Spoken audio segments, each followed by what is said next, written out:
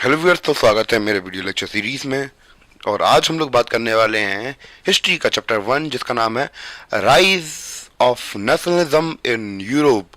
तो इस चैप्टर को समझने से पहले हमें क्या देखना पड़ेगा, ये पिक्चर देखनी पड़ेगी जो आपको अब व्हाइट बोर्ड के ऊपर शो हो रही होगी। तो व्हाइट बोर्ड के ऊपर जो आपको पिक्चर शो हो रही है, तो इसका नाम क्या है, the dream of world wide democratic and social Republic. तो इस जो पेंटिंग है इसका ये नाम है।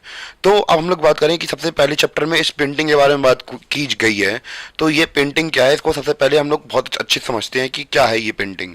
तो सबसे पहले हम लोग बात करें ये पेंटिंग वहाँ के हम लोग बात करें एक्चुअली हो क्या रहा था कि चाहे इंडिया हो चाहे हम लोग बात करें यूरोप की, तो वहाँ पे पहले किसका, राजाओं का राज चलता था। और ये पेंटिंग शो कर रही है क्या कि कैसे कैसे लोग अब हमारे जो मोनार्कियल इंस्टीट्यूशन थे या एब्सोल्यूटिस्ट इंस्टीट्यूशन थे, उनको छोड़कर, यानी कि राजा महाराजाओं का काल छोड़कर अब लोग डेमोक्रेसी की ओर बढ़ रहे हैं। तो अब ये पिक्चर यही शो कर रही है कैसे कैसे हम लोग ट्रांजिशन पीरियड में है, यानी कि हम लोग मोनार्क सिस्टम से जो राजाओं का राज है उसको छोड़कर हम लोग एक डेमोक्रेटिक वर्ल्ड में बढ़ रहे हैं। तो ये आइडिया ये पिक्चर देती है, ठीक है। और इसमें शो क्या किया गया है तो वो यहाँ पे लिखा है, तो मैं आपको एनसीईआरटी की लाइन बाय लाइन आपको बिल्कुल क्लियर करा दूंगा जिससे कि आपको कोई दिक्कत ना हो।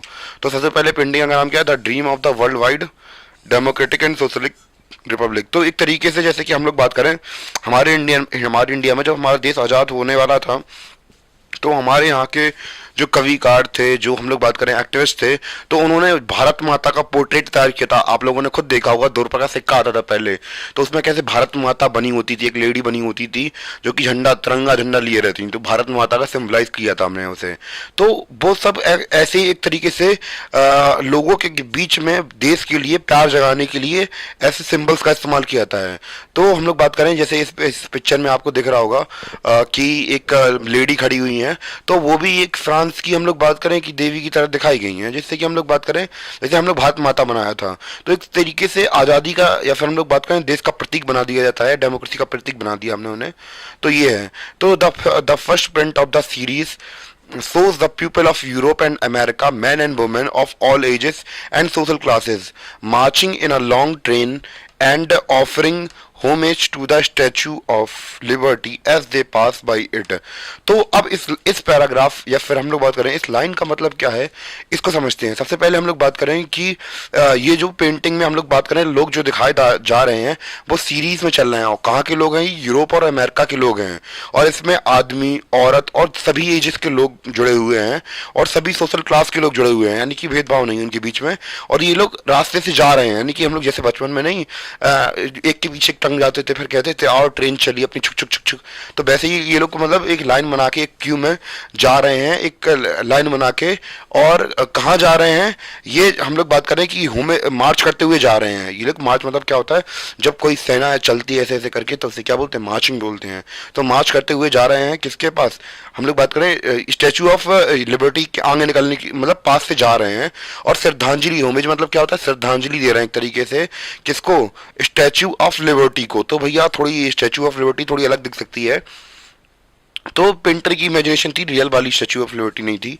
तो वो पास जाते हुए श्रद्धांजलि देते हुए जा रहे हैं, इस पेंटिंग में हमें दिख रहा है। सी बियर्स अ टॉर्च, उसके हाथ में क्या, एक टॉर्च है in right hand, and a charter of rights, यानी कि दूसरे हाथ में चार्टर ऑफ राइट्स है, ठीक है। तो चार्टर ऑफ राइट्स एक तरीके से हम लोग बात करें राइट्स का चार्टर रखा हुआ है कि हम सभी के पास राइट्स हैं, तो वो वगैरह उनके पास स्टैचू ऑफ लिबर्टी के हाथ में देखने को मिल रहा है, ठीक है।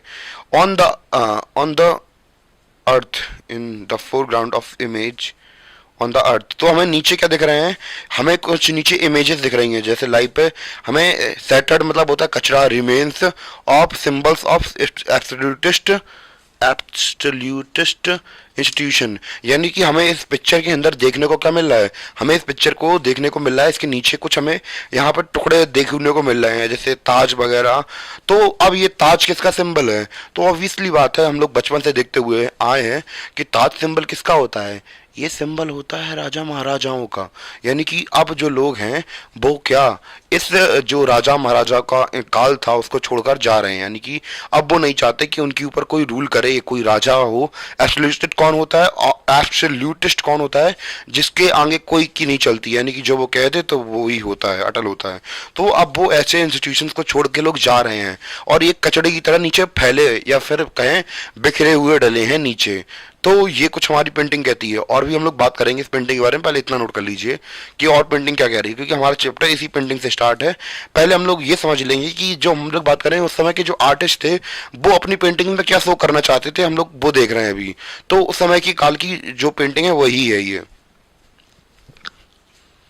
तो गाइस हम लोगों ने अभी जितनी बातें की हैं अभी पूरी नहीं हुई हैं, तो और भी बहुत सारी चीज़ें हम लोग बात करें। ये जो पेंटिंग थी ये बता रही थी, और हम लोग बात करें इस पेंटिंग को किसने बनाया था?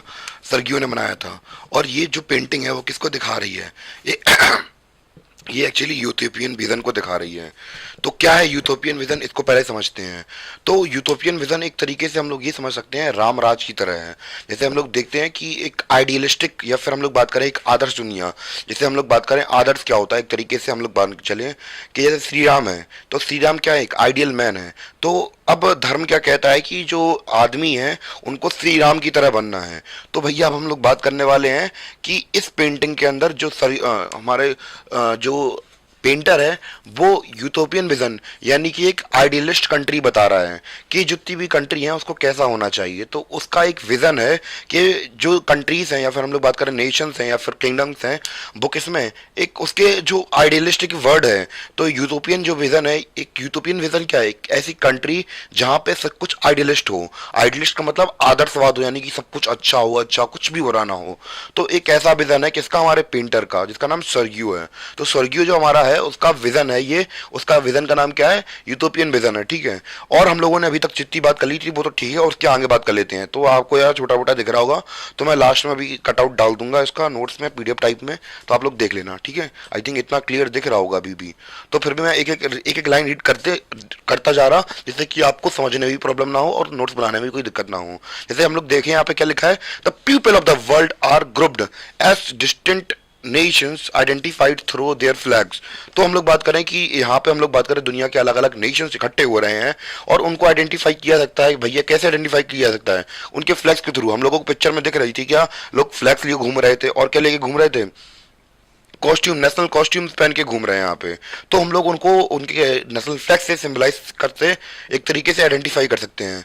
Leading the procession way past the Statue of Liberty are the United State, Switzerland, which by this time were already nation states.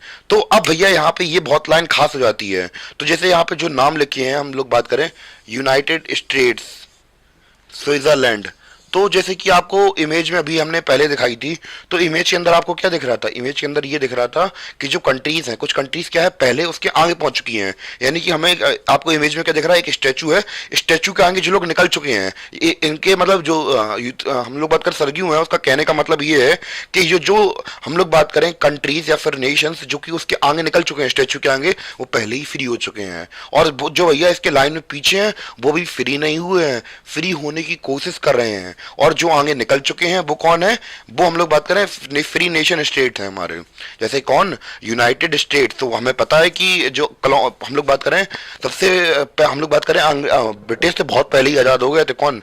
United states और स्विट्जरलैंड। तो भैया उनसे पहले ही आजाद हो चुके थे। और जो हम लोग बात करें फ्रांस, तो अब आपको इमेज में दिख रहा होगा कि जो हम लोग बात करें यूनाइटेड स्टेट्स और स्विट्जरलैंड, तो भैया पहले ही निकल चुके हैं। और ये लोग क्या बन चुके हैं? ये लोग फ्री, पहले हम लोग बात करें एक नेशन स्टेट बन चुके हैं, यानी कि हम लोग बात करें एक आजाद हो चुके हैं मोनार्कियल सिस्टम से। अब भैया ये फ्री विल के साथ आराम से जी रहे हैं। और हम लोग बात करें इसके बाद, भैया इंपॉर्टेंट बात है कि इसके बाद कौन लगा? जस्ट इसके बगल में नीचे हम लोग बात करें स्टैचू के नीचे कौन दिख रहा है? फ्रांस। जो कि अभी हमें पता है कि अब चैप्टर 9 से कनेक्टेड है, क्लास मतलब क्लास 9 भी कनेक्टेड है यहाँ पे। आपने देखा था फ्रेंच रेवोल्यूशन, तो ये फ्रेंच रेवोल्यूशन के समय की बात चल रही है यहाँ पे। तो हम लोग बात करें फ्रांस के अंदर क्या हो रहा था? हमने लुई 16 के बारे में पढ़ा था हमने वहां पे। तो कैसे हम लोग बात करें कि अब स्टैचू ऑफ लिबर्टी ये खड़ी है सामने, और नीचे कौन खड़ा है? जर्मनी। आगे कौन निकल गए? एक अच्छी तरीके से समझ लीजिए। आगे कौन निकल गया है? यूएसए और स्विट्जरलैंड निकल गए हैं। अब फ्रेंच रेवोल्यूशन हो गई है, तो जहाँ फ्रेंच बिल्कुल हमारे नीचे खड़ा है, और पीछे कौन खड़े हैं? जर्मनी वगैरह, दूसरे कंडम्स वगैरह वो पीछे खड़े हुए हैं। जर्मनी, सॉरी, जो फ्रांस है वो मेरे जस्ट बिल्कुल नीचे खड़ा हुआ है, बस आशीर्वाद ले रहा, भैया अब आजाद हो गए, आजाद हो गए, आजाद हो गए। तो बस बिल्कुल हमारे नीचे खड़ा हुआ है, ठीक है, फ्रांस तो आजादी के पास। तो France identify bye revolutionary tricolour. तो भैया हमें जो स्टैच्यू ऑफ लिबर्टी है उसके जस्ट नीचे हमें एक आदमी दिख रहा है, एक लड़की दिख रही है, एक आदमी दिख रहा है, एक इंसान दिख रहा है जो कि ट्राई कलर लिए है। वो किसका सिंबल है? फ्रांस का सिंबल है। किसका सिंबल है? तो उसका जो रेवोल्यूशनरी ट्राई कलर है, ठीक है, has just reach the statue. तो भैया ये जस्ट पहुंचा ही पहुंचा है, यानी कि फ्रांस की क्रांति जस्ट हुई हुई है। अब ये भी क्या बनने वाला है? ये भी एक नेशन स्टेट बनने वाला है, ठीक है, यानी कि एक तरीके से समझ सकते हैं आजाद होने वाला है। Clear? She is followed by the people. तो भैया आपने, मैंने आदमी इंसान बोल दिया था, सी थी वो, ठीक है। She is followed by the Germany bearing black red gold flag. तो इसके पीछे कौन आ रहा है? इसके पीछे जर्मनी आ रहा है, जिसका हम लोग बात करें रंग कैसा है? हम लोग बात करें फ्लैग का, ब्लैक रेड और गोल्ड फ्लैग। तो ये उनके झंडे का रंग है, ठीक है, झंडे का रंग तो है, पर ध्यान देने वाली बात है उस समय पर जर्मनी एक नेशन स्टेट नहीं था, यानी कि वो कोशिश कर रहा था कि हम नेशन स्टेट बन जाएं। तो अब इस पेंटिंग में जो हमारे सर्गियो हैं वो दिखाना चाहते हैं कि जर्मनी भी धीमे धीमे आजाद होने की कोशिश कर रहा है और इसी फील्ड में आने की आगे की तरफ बढ़ रहा है। मतलब अभी हुआ नहीं है, अभी थोड़ा पीछे है, पर धीमे धीमे अगर कोशिश करेगा तो आता रहेगा, आता रहेगा। तो अब वो अपनी पेंटिंग के थ्रू ये सब चीजें दिखा रहे हैं। सोच के देखिए कितना डीप माइंडिंग। मैं भी सोचता था पहले बचपन में पेंटिंग करूं, पर इतना भयंकर पर्सपेक्टिव मेरे पास भी नहीं था जितना कि सर्गियो के पास था, क्योंकि काफी समझदार इंसान थे, मुझसे बहुत बूढ़े पुराने हैं, तो फिर क्या ही कह सकते हैं। तो भैया आप जर्मनी के बारे में बात कर ली। जर्मनी के भी पीछे बहुत से लोग खड़े हुए हैं। Following the German people are peoples Austria. तो भैया इनके पीछे भी लोग खड़े हुए हैं। कौन कौन है? Austria, the kingdom of two Sicilies, Lombardy, Poland, English, Irish, Ireland, Hungary and Russia. तो ये सब लाइन में खड़े हुए हैं, ठीक है। तो अब ये लोग क्या कर रहे हैं? धीमे धीमे हम लोग, पता है कि अब हम लोग फ्री विल के बारे में बात कर लिए कि कंट्री आजाद होना चाहती है, तो अब धीमे धीमे ये लोग आजादी की तरफ बढ़ते हुए चले जा रहे हैं, ठीक है। इतना पॉइंट क्लियर हो गया होगा आप लोगों को। फिर हम लोग बात करें कि और क्या है, कि ये कंट्रीज भी धीमे धीमे आ रही हैं। इसके अलावा हम लोग बात करें from the heaven above the Christ saints angels gaze. Gaze मतलब होता है घूरना या फिर देखना, निहारना होता है एक तरीके से। निहार रहे हैं लोगों को, इस सीन को देख रहे हैं और खुश हो रहे हैं वो भैया। मतलब एक तरीके से अच्छा फील हो रहा है कि भैया दुनिया भर में भाईचारे का सिंबल आ चुका है, जो कि वो चाहते थे, जैसा वो चाहते थे वैसा हो रहा है। और हम लोग बात करें कि अब ये जो इमेज है, एक तरीके से हम लोग पूरी इमेज को ये समझ सकते हैं कि ये इमेज दिखाना क्या चाह रहे हैं? फ्रेटर्निटी, यानी कि हम लोग बात करें भाईचारा दिखाना चाहती है। मेरी प्रोनाउंसिएशन जरूर खराब हो सकती है, पर मेरा कहने का अर्थ और मेरा जो भाव है वो गलत नहीं है, क्योंकि ये सब हमें क्या दिखा रहे हैं? सारे देश एक तरफ बढ़ रहे हैं और ये सब क्या दिखा रहे हैं? भाईचारा दिखा रहे हैं। आई थिंक इतना क्लियर हो गया होगा आप लोगों को। कुछ भी डाउट लगे तो बता दीजिए, और मैं ये जो है इसको मैं अभी लास्ट में प्रिंट आउट करके दिखा दूंगा, तो आपको राइटिंग भी अगर थोड़ी बहुत प्रॉब्लम लग रही होगी तो आपको कटआउट में आ जाएगी वो। तो इसमें कोई टेंशन लेने वाली बात है नहीं, और जल्दी से नोट कर लीजिए आप लोग इसे। तो गाइस अभी तक हम लोगों ने देखा कि कैसे कैसे जो वहाँ के पेंटर्स थे, तो वो एक तरीके से कंट्री को हम लोग बात करें कि एज अ नेशन स्टेट देखने लगे थे, ठीक है। तो अब भैया वहाँ पे जो एम्पायर्स का सिस्टम था, तो अब वो चाहते भी नहीं थे कि वहाँ पे रहे, और जो इमेज हमने देखी थी वो फ्रेटर्निटी का, यानी कि भाईचारे का सिद्धांत दे रही थी। तो अब हम लोग बात करें कि धीमे धीमे क्या होने लगा, वहाँ पे राइज ऑफ नेशनलिज्म होने लगा। तो अब जैसे कि हमने देखा कि वहाँ पे जो पेंटर्स थे, तो वो अपनी जो इमेजिनेशन थे वो पिक्चर के थ्रू उतारने लगे थे। तो केवल ये पेंटर्स के साथ नहीं था, तो एक तरीके से तरीका होता है ये कि देश को जब प्रेशराइज किया जाता है, नेशनलिज्म के इंजेक्शन कैसे लगाए जाते हैं? नेशनलिज्म के इंजेक्शन ऐसे ही लगाए जाते हैं। मैं एक बुरे सेंस में नहीं कह रहा, एक अच्छे सेंस में कह रहा हूँ। जैसे कि अगर हम लोग भारत देश की बात करें, तो भारत देश में नेशनलिज्म की फीलिंग कैसे जागी? तो अगर आपको पता हो कि हम लोग बात करें कि अंग्रेज आज़ाद होने से पहले भी लोग रहते थे, और अंग्रेज हम लोग आज़ाद हो गए उसके बाद भी लोग रहते हैं, और अभी भी रहते हैं। पर जो नेशनलिज्म की भावना है, क्या जब अंग्रेज राज करने आए थे तब नहीं होगी क्या? आप मन में खुद सोच के देखिए, तब ये सिचुएशन नहीं हुई होगी। तो भैया क्या किया जाता है? तो इसमें किया जाता है नेशनलिज्म के इंजेक्शन लगाए जाते हैं, ऐसे करके और ऐसे करके डाल दिया जाता है। तो नेशनलिज्म के इंजेक्शन कैसे लगाए जाते हैं? तो इसके तरीके होते हैं। देखो, सबसे पहले हम लोग बात करें कि जो पेंटर्स वगैरह होते हैं, या फिर हम लोग बात करें कि जो जो जो दूसरे हम लोग बात करें, पेंटर्स हुए, संगीतकार हुए, तो अब भैया हमें चाहिए थी आज़ादी। तो अब एक तरीके से देश को एकजुट करने के लिए जो हमारे लीडर्स थे, या फिर कहीं के भी लीडर्स होते हैं, तो वो क्या करते हैं कि लोगों को एकजुट होने की कोशिश, प्रेरणा देते हैं। चाहे वो स्ट्रगल के थ्रू हो, चाहे महात्मा गांधी हो। तो उन्होंने जोड़ा कैसे, मास मूवमेंट चलाए कि सब पद यात्रा निकालो, सब जितने भी लोग हैं, क्योंकि हमें पता है कि इंडिया आज़ाद होने से पहले, जैसे ब्रिटिशर्स की अगर हम लोग बात करें, उससे पहले जो हमारा भारत बटा हुआ था, साउथ वाले सोचते थे कि भैया हम लोग साउथ के ही हैं, राजस्थान की सोचते थे हम राजस्थान के हैं, और पंजाब के तो पंजाब के अपने बारे में सोचते थे। तो कोई यूनिफाइड फीलिंग नहीं थी। तो अब ये सब चीज़ें कैसे काम करती हैं कि अब गांधी जी आए, उन्होंने कहा कि भैया अब देश को आज़ाद करना है, अगर हमने सबको अगर इकट्ठा नहीं किया तो कुछ नहीं हो पाएगा। नेशनलिज्म की फीलिंग नहीं जगाई तो अगर कुछ नहीं हो पाएगा। अगर कुछ करना है तो सब लोग अगर एक साथ प्रेशर करेंगे तभी कुछ हो पाएगा। तो इसलिए हम लोग बात करें कि अलग अलग जब मूवमेंट चलाए गए, यूनिफाइड किया गया। जब तक यूनिफाइड नहीं करेंगे, कि साथ में स्ट्रगल करेंगे, तभी तो नेशनलिज्म जागेगा भैया। तो ये तरीके होते हैं, चाहे अपने देश की बात कर लो या दुनिया के कोई भी देश की बात कर लो। और जब तक हम लोग यूनिफाइड नहीं होंगे, जब तक लोगों के अंदर ये फीलिंग नहीं डालेंगे कि हम सब एक ही हैं, चाहे वो स्ट्रगल के थ्रू हो या चाहे जैसे भी हो, तब तक हम लोग बात करें नेशनल बन पाना बहुत मुश्किल है। तो brought up about sweeping changes in the political and mental world of Europe. तो अब केवल ऐसा नहीं था कि पॉलिटिकल बेसिस पर हम लोग बात करें कि नेशनलिज्म जग रहा था वहाँ पे, के मोनार्क्स से फटा बटा बगैर हटा रहे थे, बल्कि लोगों की मेंटेलिटी चेंज हो रही थी अब। तो मेंटेलिटी हो कैसे रही थी, क्योंकि वहाँ पे भी इंजेक्शन लगाए जा रहे थे। तो बस मैं एक बुरे सेंस में नहीं कह रहा, मतलब एक अच्छे सेंस में कह रहा हूँ कि ऐसे नेशनलिज्म जगाया जाता है, कि यानी कि पिक्चर्स के थ्रू, या फिर संगीत के थ्रू, या फिर जैसे भारत माता को कॉन्सेप्ट दिया गया था इंडिया में, तो वैसे ही वहाँ पे लिबर्टी का वैसे ही वहाँ पे देवी दी गई थी। तो ऐसे करके ये नेशनलिज्म कहीं भी जगाने के तरीके होते हैं। Clear? Emergence of nation state in place of multinational dynastic empires of Europe।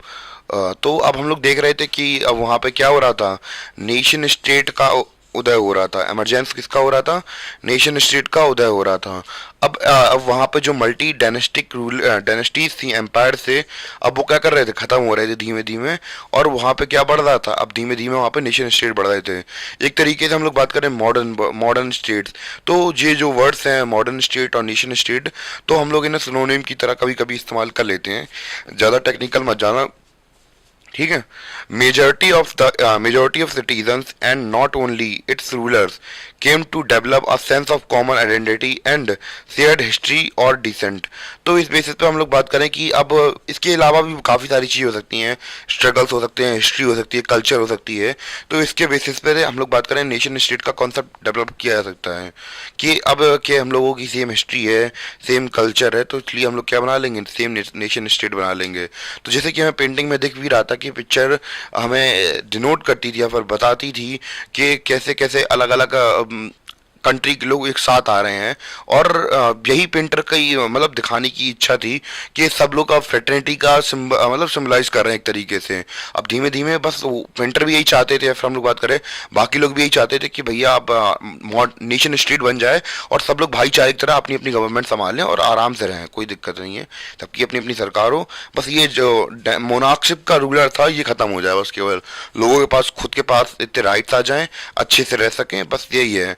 और नेशन स्टेट का हम लोग बात करें फॉर्मेशन हो रहा था, और धीमे धीमे राइज ऑफ नेशनलिज्म हो रहा था। चाहे वो हम लोग बात करें इंडिया की बात कर लें या फिर वहाँ की बात कर लें। वैसे तो हम पर्टिकुलरली वहीं की बात कर रहे हैं, मैं इंडिया का एग्जाम्पल दे रहा था आपको ऐसा।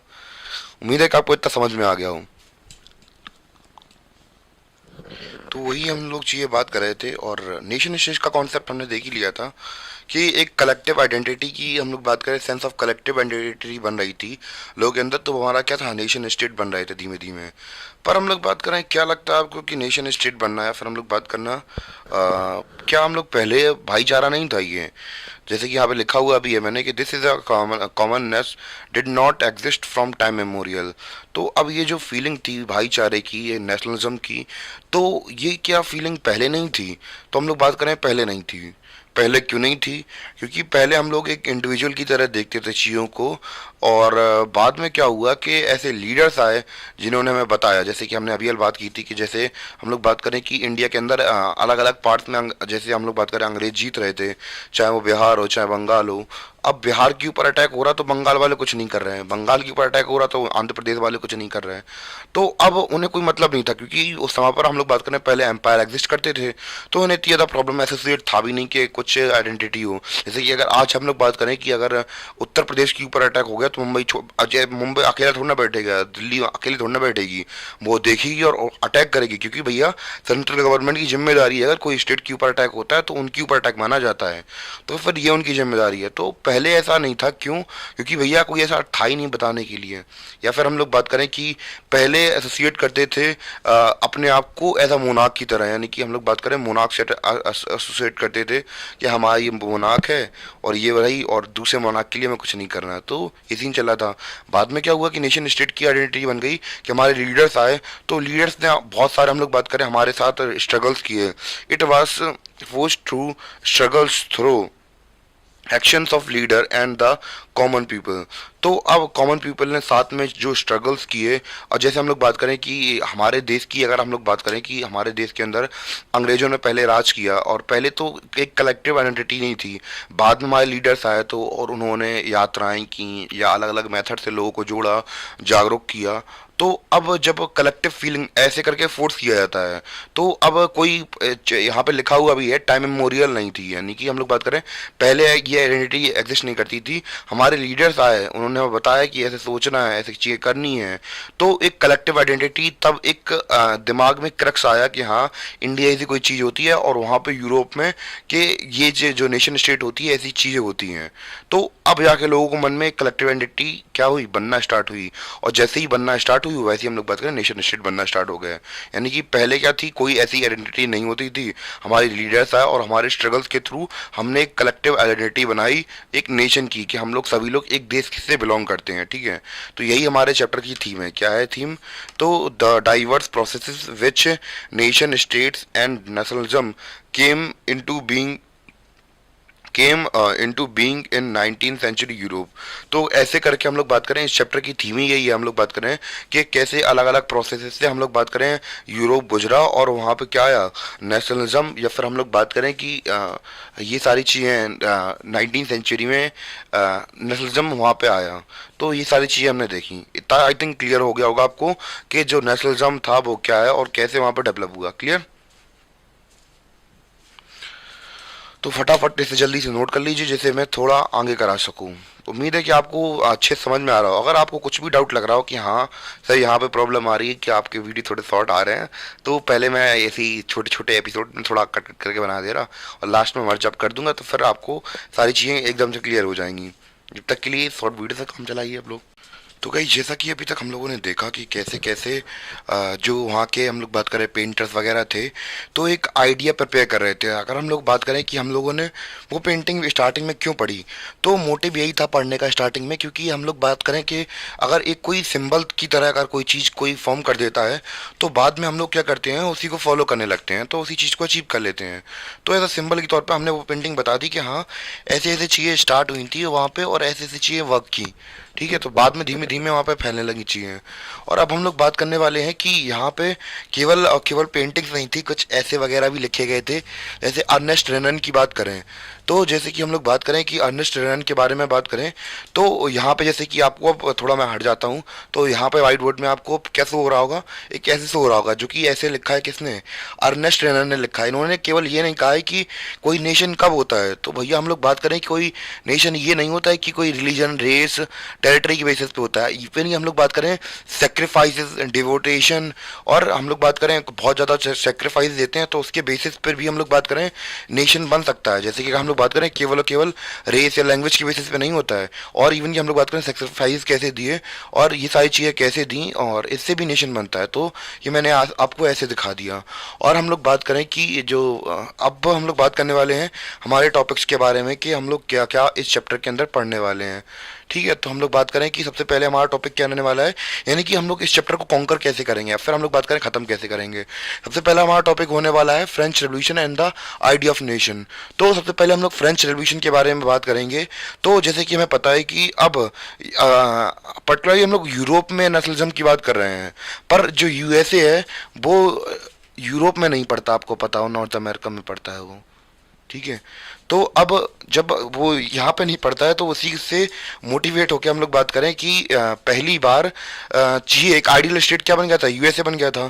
पर अगर हम लोग बात करें कि उधर पे यूरोप के अंदर कौन पहली बार हम लोग बात करें कि नेशनलिज्म को अपनाया था, तो वो था हमारा फ्रेंच रेवोल्यूशन के बाद कौन था, फ्रेंच रेवोल्यूशन के बाद वो हमारे निकल के आए कौन, फ्रेंच रेवोल्यूशन के बाद निकल के हमारा फ्रांस जो था वो पहला ऐसा नेशन बना जिसमें क्या है हम लोग बात करें नेशनलिज्म की भावना जगी। और कैसे कैसे जगी उसके बारे में डिटेल समझेंगे, कैसे वहाँ पे लोगों ने हम लोग बात करें कि वहाँ के राजाओं को हटाया और कैसे कैसे चीज़ें आगे बढ़ी, इसके बारे में बात करेंगे।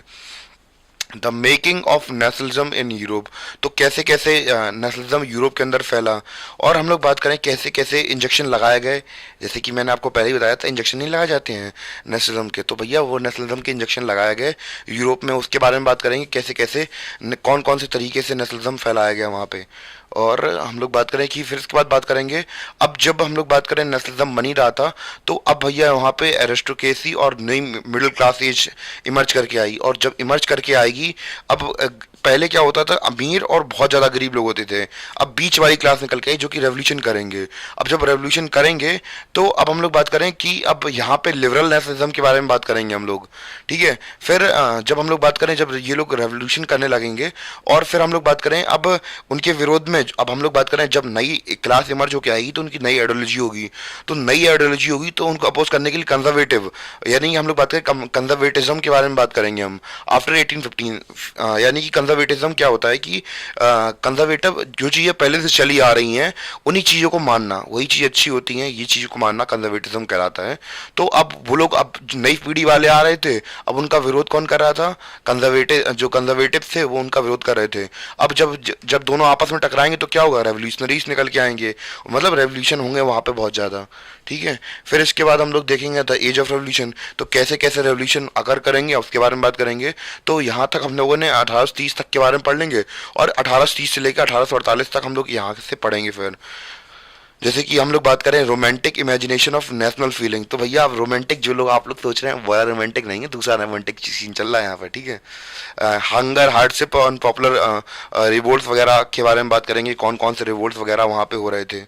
ठीक है, तो उसके बाद हम लोग फिर उतरेंगे किसकी में, 1948 रेवोल्यूशन ऑफ लिबरल्स, उसके बारे में देखेंगे। फिर जो हम लोग बात करें जर्मनी और इटली कैसे यूनिफाइड होंगे, या फिर हम लोग बात करें कि इनके अंदर कैसे कैसे चीज़ें कर होंगी वो देखेंगे। और जैसी जर्मनी हम लोग बात करें ख़त्म होगी, मतलब जर्मनी और इटली के बारे में देखेंगे कैसे यूनिफिकेशन होगा। फिर जर्मनी हम लोग बात करें can the army be architect of nation, तो आर्मी की बेसिस पे हम लोग देखेंगे कैसे आर्मी हेल्प करेगी वहाँ पे। फिर इटली के बारे में बात करेंगे, इटली का केस पढ़ेंगे कि कैसे कैसे जो इटली थी वहाँ पे चीज़ें हुई और कैसे कैसे वहाँ पे यूनिफाइड हुआ। और फिर उसके बाद हम लोग देखेंगे स्ट्रेंज केस ऑफ ब्रिटेन, यानी कि ब्रिटेन के बारे में देखेंगे कि वहाँ वहाँ क्या क्या चीज़ें चल रही थी रेवोल्यूशन के बारे में। फिर दो टॉपिक देखेंगे कि नेशन कैसे बनता है और नेशनलिज्म और इम्पीरियलिज्म। इम्पीरियलिज्म एक्चुअली हम लोग बात करें राजा का, वही राजाओं का राज था, और नेशनलिज्म तो फिर हमें पता ही है फिर कि राष्ट्रवाद। तो इन दोनों के क्योंकि हम नेशनलिज्म पढ़ ही रहे हैं और हम एक तरीके से बात करें ट्रांजिशन पढ़ रहे हैं किसमें, पहले यहाँ पे इम्पीरियलिज्म चल रहा था फिर बाद में नेशनलिज्म आएगा। तो ऐसे करके अपनी कुछ चीज़ें चलने वाली हैं इस लेक्चर के दौरान। ठीक है, तो ये अपना एक ओवरऑल क्रक्स हो गया कि हम लोग अपन लोग क्या क्या चीज़ें पढ़ने वाले हैं इस लेक्चर के दौरान। आई थिंक इतना क्लियर हो गया होगा आप लोगों को, और जल्दी से नोट्स बना लीजिए जिससे कि आपको पता हो कि हम लोग क्या क्या पढ़ने वाले हैं। तो ये हम लोगों का कोर टॉपिक रहने वाले हैं जिनको हम लोग स्टडी करेंगे अपने इसी चैप्टर के दौरान। ठीक है, तो कुछ भी डाउट हो तो प्लीज़ कमेंट करिए, और वीडियो लेक्चर पसंद आ रहा हो तो सब्सक्राइब कीजिए चैनल को।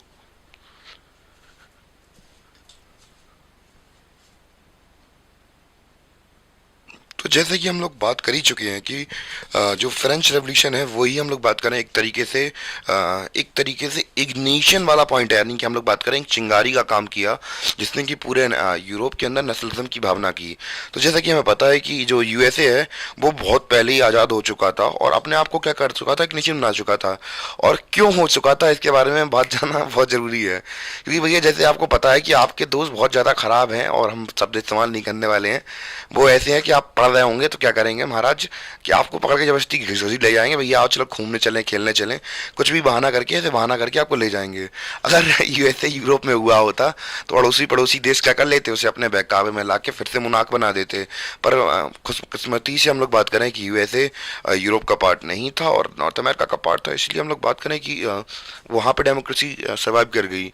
और हम लोग बात करें कि वहाँ से देख के अब हम लोग बात करें क्रांति बढ़ी रही थी, तो हम लोग बात करें फ्रेंच के अंदर हम लोग बात करें चिंगारी पहली बार फूटी। अब फूटी तो कह दी फूटी, उसके बारे में बात कर लेते हैं टूटी फ्रूटी, ठीक है। तो सबसे पहले हम लोग बात करें first clear expression of nationalism हमें कहाँ देखने को मिला, फ्रेंच रेवोल्यूशन 1789। तो ये ईयर नोट कर लेना भैया, घोर के पी लो, 1789 क्या है, ईयर ऑफ फ्रेंच रेवोल्यूशन, ठीक है। तो फ्रेंच रेवोल्यूशन हुआ और कैसे हम लोग बात करें कि ये हुआ कि यहाँ पे हम लोग बात कर रहे थे कि the French revolution lead to the transfer of sovereignty, यानी कि हम लोग बात करें कि डिसीजन मेकिंग पावर किसके पास आ गई। तो हम लोग बात करें कि 1789 से पहले जो हम लोग बात करें पावर किसके पास थी, इससे पहले पावर थी किसके पास, हमारे मोनार्क्स के पास यानी कि किंग्स के पास। बाद में पावर किसके पास शिफ्ट हो गई, बॉडी ऑफ फ्रेंच सिटीजन्स, यानी कि जो फ्रेंच सिटीजन थे उनके पास पावर ट्रांसफर हो गई। और कैसे ट्रांसफर हुई, तो अब भैया जैसे कि हमें पता है कि नेशनलिज्म जैसी चीज़ें वो आपके कह देने से या मेरे कह देने से ये नहीं आ जाती। जैसे कि मान चलिए कि अगर देश में कुछ चेंजमेंट करना है, तो अगर मैं 20 लोगों से मिलूं और उनसे कह दूं कि भैया आओ चलो कुछ करते हैं दुनिया के अंदर, आओ देश को बदल देते हैं, तो वो कहेंगे पागल हो गया ये तो हमें क्या करना पड़ता है, सबसे पहले हमें इंजेक्शन भरने पड़ते हैं नेशनलिज्म के, और बहुत सारे मेथड्स अपनाने पड़ते हैं नेशनलिज्म को फैलाने के लिए। अब सबसे पहले हम लोग वही बात करने वाले हैं कि जो नेशनलिज्म होता है उसको हम लोग भरते कैसे हैं, यानी कि वहाँ पे ऐसा क्या क्या चीज़ें की गई जिसकी वजह से जो नेशनलिज्म है वो राइज हुआ। अब पहले उसको समझना जरूरी हो जाता है, फिर आगे चीज़ें बढ़ेंगी। सबसे पहले ये समझते हैं कि ऐसी फ्रांस के अंदर, या फिर हम लोग बात करें फ्रांस के अंदर ऐसी कौन कौन सी चीज़ें हुई जिससे कि वहाँ पे क्या हुआ, रेवोल्यूशन चालू हुआ। तो यहाँ पे मैं कुछ शॉर्ट पॉइंटर्स में लिखा दूंगा और उसी को आप लोग नोट कर लेना और उसी से हम लोग बात करें आंसर बनेंगे, बहुत ज़रूरी हो जाएगा और एक डीप अंडरस्टैंडिंग हो जाएगी आपको हिस्ट्री की। और उससे पहले आप लोग, मैं कह दूं कि आप लोग ये जो नोट्स बनवाए मैंने इसे उतार लीजिए पहले। तो गाइस अभी तक हम लोगों ने देखा था कि कैसे फ्रेंच रेवोल्यूशन यूरोप के अंदर आई और उसने एक चिंगारी की तरह काम किया, और जो पावर थी वो किसके हाथ में चली गई, अब वो पावर चली गई, शिफ्ट ऑफ पावर हुआ किसके पास चली गई, हम लोगों ने बात की थी कल ही कि वहाँ के लोगों के पास पावर पहुँच गई थी। और कब हुआ था ये फ्रेंच रेवोल्यूशन, 1789 में हुआ था।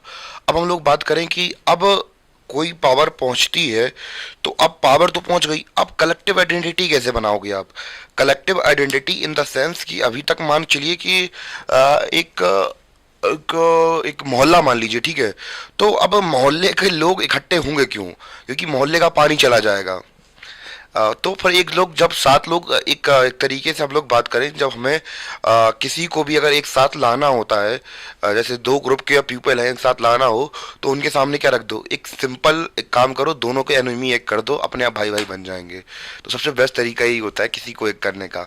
तो अब हम लोग बात करें, अब एक रिलेशन इस्टेब्लिश करना था, या फिर हम लोग बात करें नेशनलिज्म कैसे थोपा जाए, यानी कि हम जिस इंजेक्शन की कल बात कर रहे थे कि जैसे हम लोग बात करें किसी के देश के अंदर, किसी भी कम्युनिटी के अंदर, देश के अंदर इंजेक्शन घुसाना हो किसका, नेशनलिज्म का, वो कैसे घुसाएंगे।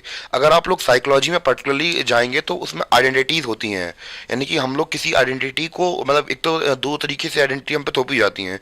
एक तो हम लोग पता, जब आप लोग साइकोलॉजी क्लास 11 से पढ़ना स्टार्ट करेंगे तो आपको पता चल जाएगा कि पीयर ग्रुप्स और हमारे सराउंडिंग्स हमारे ऊपर आइडेंटिटी देते लेते हैं, और धीमे धीमे जब हम लोग सोसाइटी में इन्वॉल्व होते हैं तो फिर हमारे पास आइडेंटिटी थोपी जाती हैं। कैसे करके हम लोग आइडेंटिटी थोपते हैं, तो हमारे क्या बन जाती है, पर्टिकुलरली ड्यूटीज बनती हैं हमारी, जैसे कि माँ की ड्यूटी, पिता की ड्यूटी, भाई की ड्यूटी, दोस्त की ड्यूटी।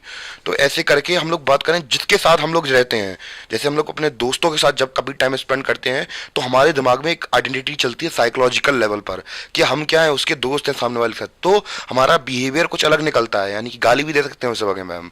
पर हम लोग बात करें जब हम लोग घर वालों के सामने होते हैं तो गाली दे सकते हैं आप? नहीं दे सकते।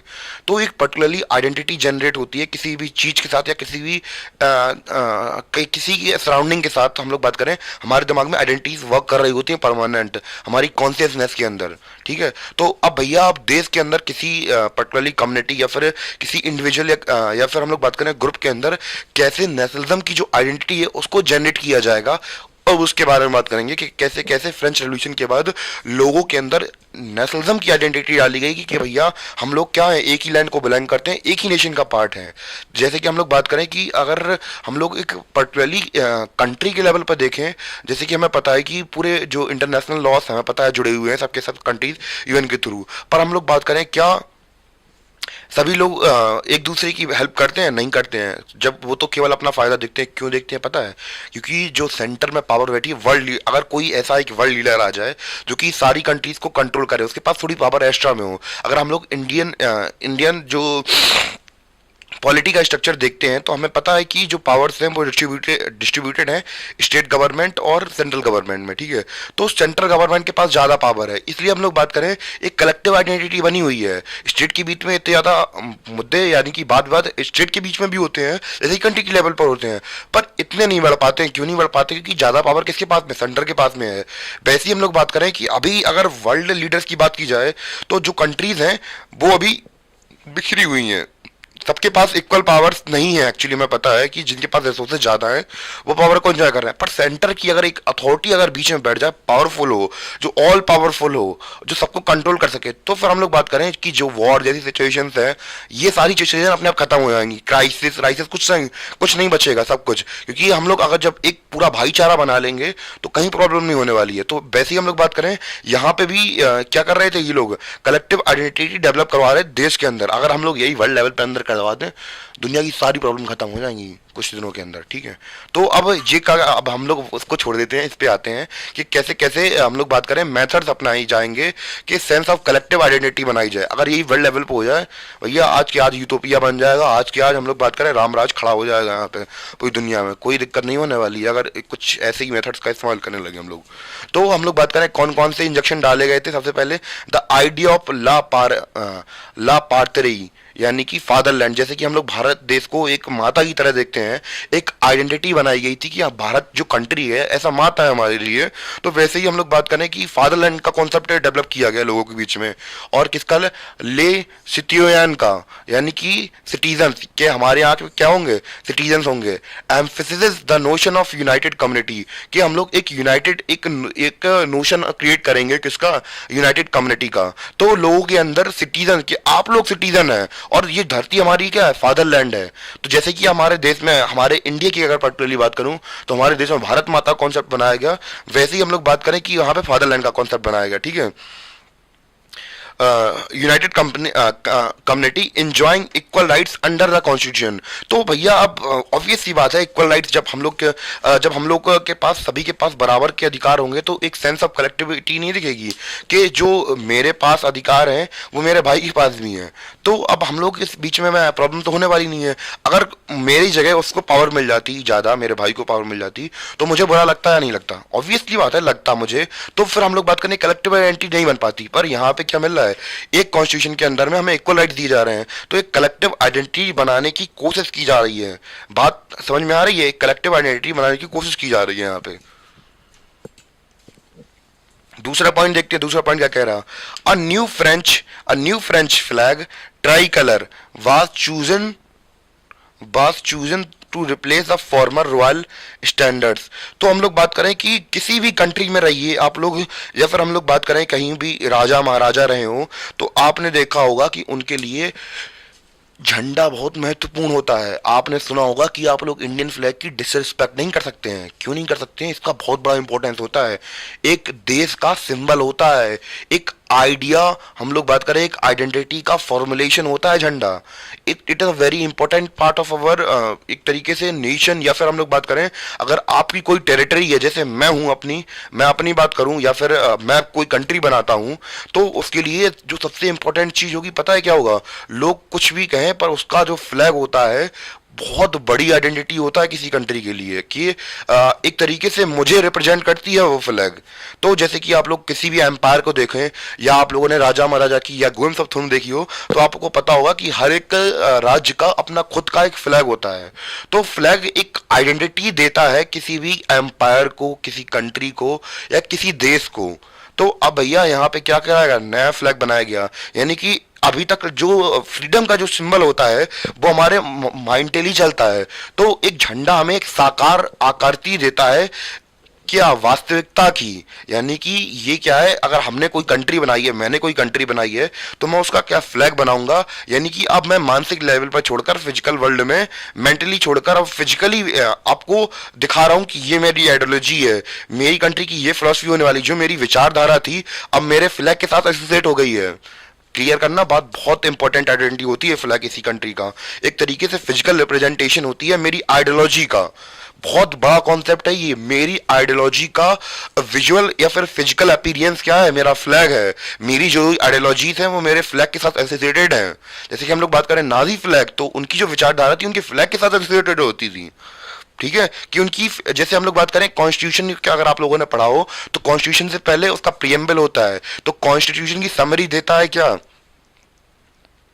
प्रियम्बल। तो वैसे ये कंट्री की फिलोसफी को रिप्रेजेंट कौन करने का काम करता है? It's a flag. Clear? The state general was elected by the body of active citizen and renamed national assembly. तो अब यहां पे हम लोग बात करें स्टेट जनरल का हम लोग बात करें इलेक्ट किया जाएगा। और ध्यान देने वाली बात यह है कि स्टेट जनरल को इलेक्ट तो कर लिया हमने, पर हम लोग बात करें किसके द्वारा सिलेक्ट किया गया है? एक्टिव सिटीजन के थ्रू किया गया है, एक्टिव सिटीजन। तो अब इसका मतलब क्या है कि भैया अब जब लोगों ने खुद ही चुना है अपने राजा को, तो फिर किसे ही क्या प्रॉब्लम होने वाली है? अब लोगों ने खुद अपने राजा को चुना है, तो अब उसके लिए अपोजिशन कैसे होगी? अब सभी लोग कहेंगे भैया, कोई पहले के लोग तो यही कह रहे थे कि मोनार्की में यही होता है कि राजा का बेटा राजा बनता है, पर यहाँ तो आप लोगों ने चुना है, तो फिर इसके खिलाफ विरोध कैसे करेंगे? चुना तो आप ही ने है, वोट तो आप ही ने दिए हैं ना। तो ये क्लियर हुआ। अगला पॉइंट देखते हैं। न्यू हाइम्स वर कंपोज्ड, नए गाने गाए गए। अब भैया हाइम्स होती हैं, जैसे हम लोग बात करें कि हमारा देश बना था तो जनगण मन अधिनायक, तो ये सब हमें पता है, और बहुत सारे गाने बनाए जाते हैं देशभक्ति नेशनलिज्म को जगाने के लिए। तो वैसे नहीं, पर 26 जनवरी को गूज बम्स निकल आते हैं, गजब खड़े हो जाते हैं, मतलब आपके कैसे सुनते हैं ऐ वतन वतन वतन मेरे आबाद रहे तू, तो सुन के कुछ अच्छा फील होता है। जैसे कि आई थिंक मुझे ध्यान है कि बचपन में मैं जब गाने सुनो ना, तो एक अच्छी एक तरीके से कुछ अलग फीलिंग आ जाती है शरीर के अंदर, जब आप लोग कोई देशभक्ति की बात करते हैं। फिर हम लोग बात करें जब एक कुछ गाने गुनगुनाते हैं, ऐ वतन वतन वतन मेरे आबाद रहे तू, तो अब एक सेल्फ इमोशन जुड़ जाता है अपनी कंट्री के साथ।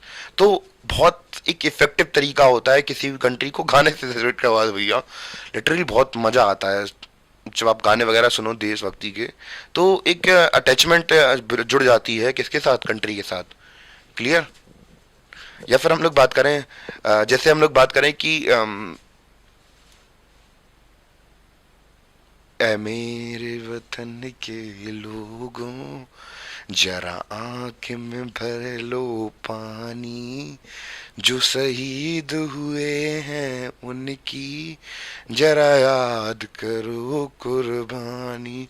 तो इस लेवल पर आपके साथ इमोशनल इंजेक्शन डाले जाते हैं आपके साथ। तो अब बड़ा ही पूरा फील हो रहा गाना सुनने के बाद, इतनी अच्छी आवाज नहीं थी मेरी, तो बस एक तरीके से आपको पता चल गया होगा कैसे गाने से नेशनलिज्म डाला जा रहा है। तो ये तरीका है नेशनलिज्म डालने का, ध्यान रखिए। ठीक है, और क्या हो रहा है? अब सेंट्रलाइज्ड एडमिनिस्ट्रेटिव, तो भैया सिंपल सी बात है, system was put in a place and its formulated uniform laws for all citizens within our territory। तो सबसे इम्पोर्टेंट बात यही है कि भैया हम लोग इंडिया के पार्ट हैं, हमारे लिए कौन कानून बनाता है? पार्लियामेंट कानून बनाती है। It's is a simple form of nationalism, या फिर हम लोग बात करें एक तरीके से ये ही नेशनलिज्म को दिखाता है, ठीक है, कि कैसे करके हमारे लिए जो कानून वगैरह है या एडमिनिस्ट्रेटिव सिस्टम, जैसे हम लोग बात करें, एक सिंपल सी बात है भैया, ठीक है, मैं बताता हूँ आपको। जैसे हम लोग बात करें कोई कोई साम्राज्य है, ठीक है, मौर्यन एम्पायर ले लेते हैं, चंद्रगुप्त मौर्य की बात कर लेते हैं, अशोक की बात कर लेते हैं। तो अशोक का एम्पायर कहाँ तक कहलाया जाएगा, आप खुद बताइए। तो जहां तक उसकी टेरिटरी है, जहां तक उसके नियम कायदे कानून फॉलो होते हैं, उसकी टेरिटरी है। ऑब्वियसली बात है, पूरा एम्पायर है तो आप किसका एम्पायर, एक ही एम्पायर कहा जाएगा? ऐसा तो नहीं है कि अलग अलग एम्पायर कह देंगे। जब एडमिनिस्ट्रेटिव सिस्टम एक होगा, सभी के लिए लॉस एक होंगे, तो पूरी टेरिटरी एक हो जाएगी, नहीं हो जाएगी? तो भैया अगर हम लोग बात करें कि इंडिया के अंदर इतनी ज़्यादा डाइवर्सिटी हमें इसलिए देखने को मिलती है, जैसे हम लोग बात करें यूनिफॉर्म सिविल कोड के बारे में, अगर आपको पता हो कि पूरे देश के लिए कानून हमारे यहाँ पे अभी भी एक जैसे नहीं है, स्टेट टू स्टेट वेरी करते रहते हैं। जो कानून होते हैं, आपको पता हो कि वो पूरी कंट्री में एक जैसे नहीं लगते हैं, वो कंट्री टू स्टेट वेरी करते रहते हैं। तो यूनिफॉर्म सिविल कोड क्या है कि मानी कि किसी स्टेट के अंदर सभी के लिए कानून एक जैसे हो, धर्म को लेकर कोई भेदभाव ना किया जाए, ठीक है। तो ये सारी चीज़ें होती हैं। तो अब हम लोगों ने बस इतना, अभी तो खैर इतना ही देख लेते हैं, और भी कुछ इसके पॉइंट्स हैं वो आपको लिखाता हूँ, पर पहले हम लोग देखते हैं, इतना हमने इतना पढ़ा है तो उसको थोड़ा रिवाइज कर लेते हैं। तो फ्रेंच रेवोल्यूशन हम लोग बात करें कब की गई थी? 1789 में की गई थी, शिफ्ट ऑफ पावर हुआ था। और इसमें हम लोग बात करें, जब शिफ्ट ऑफ पावर हुआ, लोगों के पास में आया कि एक नेशनल असेंबली वगैरह जैसी चीज़ हमें कुछ देखने को मिल रही थी, और उसके बाद कैसे कैसे इंजेक्शन का इस्तेमाल किया गया नेशनलिज्म का, इसके अंदर देख लेते हैं। तो कौन कौन से तरीके का इस्तेमाल किया गया? द आइडिया ऑफ ला पार्थ्यू, यानी कि मैं मेरी प्रोनाउंसिएशन गलत हो सकती है पर फादरलैंड बता दूंगा मैं, ठीक है, कि एक पिता भूमि हम लोग बात करें या मातृभूमि की बात की जा रही थी यहाँ पे।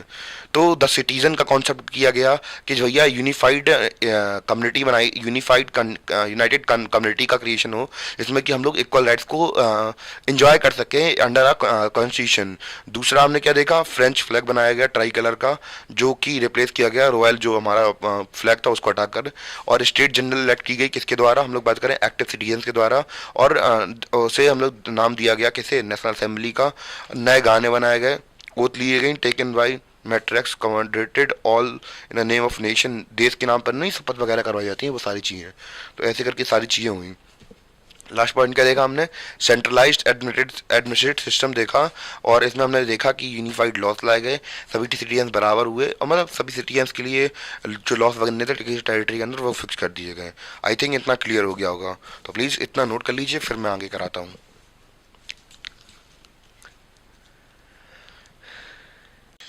तो गाइस हम लोग बात करने वाले हैं कि बाकी बचे हुए पॉइंट भी देख लेते हैं कि कैसे कैसे जो नेशनलिज्म का इंजेक्शन होता है वो डाला जाता है लोगों के अंदर। तो फ्रेंच के अंदर कैसे डाला गया, तो उसके बारे में बात कर ही रहे थे हम लोग। तो और क्या किया गया था? A centralized administrative system was put in place and it formulated uniform laws for the all citizens within our territory। तो भैया जब जो हम लोग बात करें एडमिनिस्ट्रेटिव सिस्टम होता है, जब पूरी कंट्री के लिए एक हो जाता है, तो इससे काफ़ी सारी चीज़ें आसान हो जाती हैं। तो हम लोग बात करें कि जब सभी के लिए कानून एक बन जाते हैं, तो इससे एक सेंस ऑफ यूनिटी डेवलप हो जाती है। कि हम लोग बात करें कि अगर हम लोग बात करें कि अगर भारत देश की बात करें, भारत देश की एग्जाम्पल समझते हैं कि पहले के समय पर हम लोग बात करें कि अगर आप लोग एंशियंट हिस्ट्री या मेडिवल हिस्ट्री पढ़ते हैं, तो इंडिया के अंदर जो फॉरेन इन्वेजन होते थे, उसका केवल मेन रीज़न यही था कि जो यहाँ के किंग्स थे वो यूनाइटेड नहीं थे। यानी कि यहाँ पे हम लोग बात करें अलग अलग लॉस लग रहा है, हर एक रियासत के अलग राजा, हर एक रियासत के अलग लॉ, तो ये सारा सीन चल रहा था। तो अब इसको लेकर क्या था कि अगर यूनाइटेड लॉ होता तो फिर हम लोग बात करें, या फिर एक ही राजा राज कर रहा होता, सब जगह एक ही लॉ लग रहा होता, तो फिर हम लोग बात करें इन्वेजन से बच मतलब इन्वेजन से बच जाते अगर एक ही राजा रूल कर रहा होता या पूरे में एक ही लॉ लग रहा होता। वही हम लोग बात करें, जैसे हम लोग बात करें जो हमारा इंडिया अभी आप समय मतलब इस समय पर जो देखते हैं वो इंडिया बनता ही नहीं अगर हम लोग बात करें कि जो अंग्रेज थे वो यूनिफाइड ना करते इंडिया को। तो भैया भले ही वो हमें लूटने के लिए आए थे, पर उन्होंने क्या किया, एक यूनिफाइड सिस्टम लाया, यानी कि इंडिया के अंदर अलग अलग रियासतें थी, अलग अलग फैली हुई थी। तो अब जो हम लोग बात करें यूनिफाइड करने का तरीका किसने, मतलब यूनिफाइड किसने किया? अंग्रेजों ने अपने, मतलब अब पहले के ये था कि अलग अलग रूल कर रहा था, पर अंग्रेजों ने गलती से ही हमें क्या कर दिया, एक कर दिया उन्होंने कि पूरे इलाके में, जैसे तमिलनाडु हुआ, या फिर हम लोग बात करें नॉर्थ इंडिया हुआ, साउथ इंडिया हुआ, ईस्ट नॉर्थ ईस्ट हुआ, या फिर गुजरात वाला साइड हुआ, तो सबको एक साथ कर दिया, वेस्ट का सबको मिला दिया उन्होंने, और पूरे को एक ही जगह से कंट्रोल करने लगे। तो अब सेंस ऑफ, जब एक जगह पे हमें, जब एक जगह पे अब हमें अलग अलग रूल करना नहीं पड़ा था, एक जगह से रूल करने को मिला, तो बस जैसे ही वो पावर छोड़ के गए तो हमने वो वैक्यूम फिल कर दिया। ये वाला जो वैक्यूम, यहाँ से जो चीज़ें कंट्रोल हो रही थी, सारी चीज़ें यहीं से कंट्रोल हो रही थी, तो बस जैसे ही उनने पावर ट्रांसफर किया तो बस यहीं हमें चीज़ें मिल गई और सबको हमने जोड़े रखा, और इस तरह हमारी इंडिया एक वर्क कर गई एज अ यूनिट के तौर पर, क्योंकि हमारे यहाँ पे सभी लॉ एक जैसे थे। ठीक है, तो ये वर्क कर गया इंडिया में भी। तो यहाँ पे भी उन्होंने यही सेम चीज़ अपनाई। यहाँ पे इंटरनल कस्टम ड्यूटीज एंड ड्यूस, यहाँ पे ये ड्यूस लिखा है, ड्यूस वर एबॉलिश्ड, यानी कि जो कस्टम ड्यूटी थी और जो ड्यूस वगैरह थे वो एबॉलिश कर दिए गए, और यूनिफॉर्म सिस्टम लाया गया वेट एंड मीजरमेंट के अंदर। अब वेट और मीजरमेंट से क्या यूनिफाइड हो जाएगा? तो भैया अगर आपको पता हो कि किसी भी कंट्री के अंदर यूनिफिकेशन करनी हो तो सबसे बढ़िया तरीका होता है, जैसे कि अगर हमें हड़प्पन सिविलाइजेशन के बारे में बात करूँ, तो हड़प्पन सिविलाइजेशन की तो हमारे इंडिया की सबसे पुरानी सभ्यता, दुनिया की सबसे पुरानी सभ्यताओं में से एक है हड़प्पन सिविलाइजेशन। तो अगर हमें उस समय के बारे में पता कैसे चलता है कि पूरे इलाके को एक ही राजा कंट्रोल करता था, वहाँ का मेजरमेंट सिस्टम एक ही ऐसा था यहाँ की, यानी कि हम लोग बात करें जो ब्रिक्स के साइज थे वो सब जगह सेम थे। इवन कि आप लोगों ने अलाउद्दीन खिलजी के बारे में सुना होगा कि उन्होंने कैसे जो हम लोग बात करें ट्रेड में अगर बैलेंस लाने के लिए क्या किया था, उन्होंने मेजरमेंट सिस्टम में इंप्रूवमेंट की थी। तो जब भी हम लोग हिस्ट्री पढ़ते हैं तो उसमें मेजरमेंट सिस्टम, वेट और मेजरमेंट सिस्टम बहुत ज़्यादा इंपॉर्टेंट होता है, क्योंकि हर राजा अपने हिसाब से अलग लाता है। तो अगर हम लोग यहाँ पे मेजरमेंट सिस्टम जो एक कर देंगे, वेट एंड मेजरमेंट का सिस्टम, तो हम लोग बात करें अपने आप यूनिफाइड हो जाएंगे, मतलब एक सेंस ऑफ यूनिटी समझ में आती है यहाँ पे। तो ये कनेक्शन करने का तरीका था। Regional dialect were discouraged and French as it was spoken and written in the Paris become the common language of the nation. तो भैया हमारे यहाँ पे अगर ये चीज़ हो जाए इम्प्लीमेंट, तो फिर बहुत सारी जो प्रॉब्लम्स हैं वो सॉर्ट आउट हो जाएंगी, क्योंकि हमें हमारे यहाँ पे इंडिया के अंदर लैंग्वेज के बेसिस पे हम लोग बात करें बहुत सारे डिफरेंसेस देखने को मिलते हैं। चाहे आप गुजरात में चले जाइए, चाहे आप महाराष्ट्र में चले जाइए, तमिलनाडु में चले जाइए, जो रीजनल डायलैक्ट को लेकर प्रॉब्लम्स होती हैं, लैंग्वेज को लेकर प्रॉब्लम्स हैं, बहुत ब्रॉडली देखने को मिलती हैं। इवन कि आपको पता ही होगा आजकल ट्रेंडिंग में चल ही रहा है कि वही महाराष्ट्र में रहना है तो मराठी बोलना चाहिए। भले ही चाहे ये पॉलिटिकल मोटिवेटेड चीज़ें हों, पर ये चीज़ें नहीं होनी चाहिए, ये देश की यूनिटी को के ऊपर खतरा होती हैं एक तरीके से। चाहे वो हम लोग बात करें महाराष्ट्र हो या फिर हम लोग बात करें तमिलनाडु हो, तो हिंदी को लेकर जो हम लोग बात करें एक सेंस ऑफ हेट्रेड मिलती है, तो ये नहीं मिलनी चाहिए। कोई भी किसी लैंग्वेज को हेट क्यों करेगा? तो हम लोग बात करें कि ये सारी चीज़ें नहीं होने चाहिए, क्योंकि देश के ऊपर यूनिटी के ऊपर सवाल आ जाता है आपकी। तो क्योंकि अब हम लोग बात करें कि आपको बनाना तो पड़ेगा, आप लोग खुद देख सकते हैं कि जो फ्रेंच लोग थे तो उन्होंने रीजनल डायलेक्ट को डिस्करेज कर दिया था, यानी कि भैया के अलग अलग बोलेंगे तो भैया ऑब्वियस सी बात है कि जब अलग अलग लैंग्वेज बोलेंगे तो फिर अपने सेंस ऑफ जो लैंग्वेज है वो अलग अलग हो जाएगी, तो फिर यूनिटी बचेगी कहाँ फिर आपकी। तो जैसे ही इन लोगों ने किया कि भैया अपनी जो अलग अलग रीजनल डायलेक्ट थे उनका हटाकर एक लैंग्वेज अब पकड़ ली थी, अगर इंडिया में भी यही अप्लाई कर देंगे तो फिर क्या प्रॉब्लम हो जाएगी? कोई नहीं, यूनाइटेड ही हो जाएंगे, वरना फिर बढ़ते रहो भाषा के नाम पे, कुछ तो है नहीं है। अब जब यूनाइट हो गए भैया, ऑब्वियसली आपको पता है एकता में शक्ति होती है और अनेकता में कुछ नहीं होता है। तो फिर अपने आप को अगर स्ट्रांग बनाना है तो फिर कुछ ना कुछ चीज़ें छोड़नी पड़ेंगी आपको। जैसे कि इन लोगों ने जो रीजनल डायलेक्ट थे उन्हें छोड़ दिया था, तो वैसे ही अपन को भी कुछ ना कुछ छोड़ना पड़ेगा, एक यूनिफाइड लैंग्वेज बना लो। मैं ये नहीं कह रहा कोई हिंदी ले लो या फिर तमिल ले लो या दूसरी लैंग्वेज ले लो, पर एक तो यूनिफाइड लैंग्वेज बनाया भाई, कम से कम जिससे बात कर सकें। अब भले ही इंग्लिश नहीं बना, थोड़ा बाहर की लैंग्वेज है, अपने यहाँ की रीजनल लैंग्वेज है, अब एक कल्चर में बना हुआ है, तो हर एक व्यक्ति इंग्लिश नहीं बोल सकता ना। तो थोड़ी बहुत समझ के चीज़ें कीजिए, आप लोग खुद समझदार हैं, भविष्य आगे का। तो ये सारी चीज़ें समझिए आप लोग भी।